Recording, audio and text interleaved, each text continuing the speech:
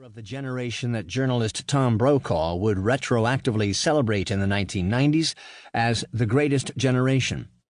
From the glory of winning a world war and the passage of civil rights legislation to the dishonor of undeclared wars of choice and the perpetuation of Jim Crow, Shula stood shoulder to shoulder with men both famous and infamous.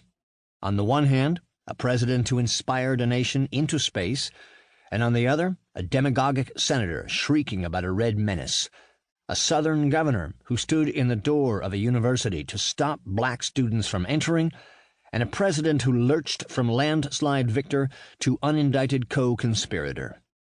Shula has outlived them all, and has lived long enough to see the election of the very man he distrusted and foresaw as a destructive force in 1983.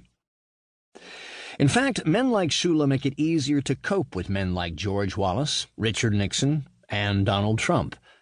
Not incidental to his strengths as a coach, he was a first-generation American, like Vince Lombardi, the son of immigrants who, in their day, were reviled and scapegoated every bit as much as latter-day bigots have done to people of color.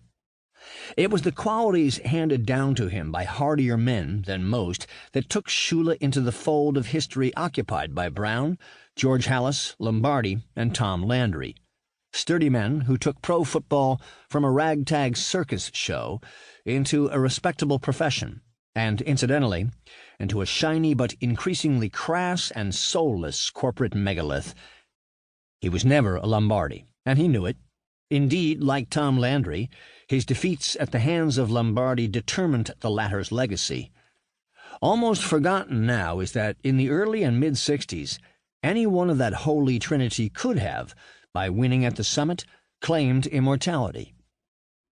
They all hailed from middle-class, Depression-era slices of America. South Texas, the Italian ghettos of Brooklyn, a Hungarian migrant community in Ohio. All were ruthlessly ambitious. Viewed through the lens of history, Lombardi's hair-trigger emotions and tragically premature death seemed to render his lionization predestined. But Shula had his own mythology, and as it goes with contemporary giants, it was nuanced and subject to the heartache that humanized him. Shula's greatest success wasn't perfection. It was living with failure by cramming so much winning around it. Spending time in Shula's company feels like an honor. In the fall of 1978, a commoner with a pen and notepad on assignment for a sports magazine visited him just before the season and found him untouched by the ravages of high-pressure football. It seemed almost irrelevant that Landry's Dallas Cowboys and Chuck Noll's Pittsburgh Steelers had passed the Dolphins by, or that 3 years before, another short-lived pro football league had ripped the spine from his offense, taking fullback Larry Zonka, halfback Jim Kick, and receiver Paul Warfield from the Dolphins. Or that his all-pro but rapidly declining quarterback, Bob Greasy, was out injured. "You never get used to injuries," he lamented, "but once they happen, you forget about 'em. You just get off your can and figure out where to go from there." He spoke with his flat-voweled Midwestern dialect, rich in saliva, a slight lisp. His meat-hook hands clasped in front of him, his thick brown hair graying. He was stately, ruggedly handsome in the standard coach's banlieue couture, white belt, matching white shoes. His idiom was bromidic coach-speak, his answer to every problem seemingly to roll up your sleeves and get to work. But the takeaway was that he really seemed to believe he could, by the force of his will, impose winning. And by season's end, as if demonstrating the transferable quality that gave the article its title, Shula Pride, he was in the playoffs.